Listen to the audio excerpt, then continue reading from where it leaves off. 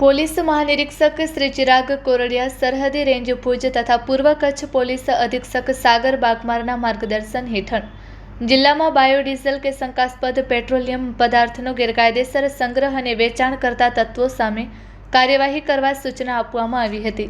તે અનુસંધાને એલસીબી પૂર્વ કચ્છના પોલીસ ઇન્સ્પેક્ટર જે.એમ. વાડાના માર્ગદર્શન હેઠળ એલસીબી ટીમ અંજાર વિસ્તારમાં પેટ્રોલિંગમાં હતી, ત્યારે બાતમી મળી હતી કે ખોડલ ઇન્ફ્રાની સાઇટ ખાતે આવેલા કન્ઝ્યુમર પંપ પરથી ટ્રાન્સપોર્ટેશનના વાહનોમાં શંકાસ્પદ પેટ્રોલિયમ પદાર્થ ભરવામાં આવે છે।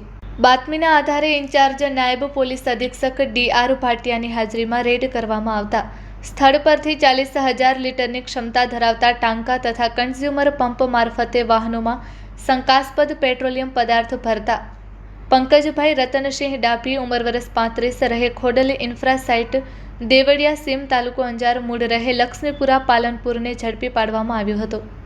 તપાસ દરમિયાન સંગ્રહ કરાયેલા પેટ્રોલિયમ પદાર્થ અંગે કોઈ બિલ કે આધાર પુરાવા રજૂ ન કરી શકતા ટાંકામાંથી શંકાસ્પદ બાયોડીઝલના સેમ્પલ લેવામાં આવ્યા હતા।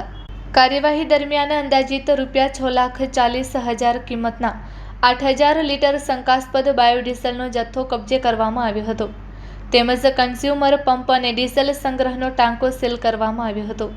આ મામલે અંજાર પોલીસ સ્ટેશનમાં ગુનો દાખલ કરી વધુ તપાસ હાથ ધરવામાં આવી છે।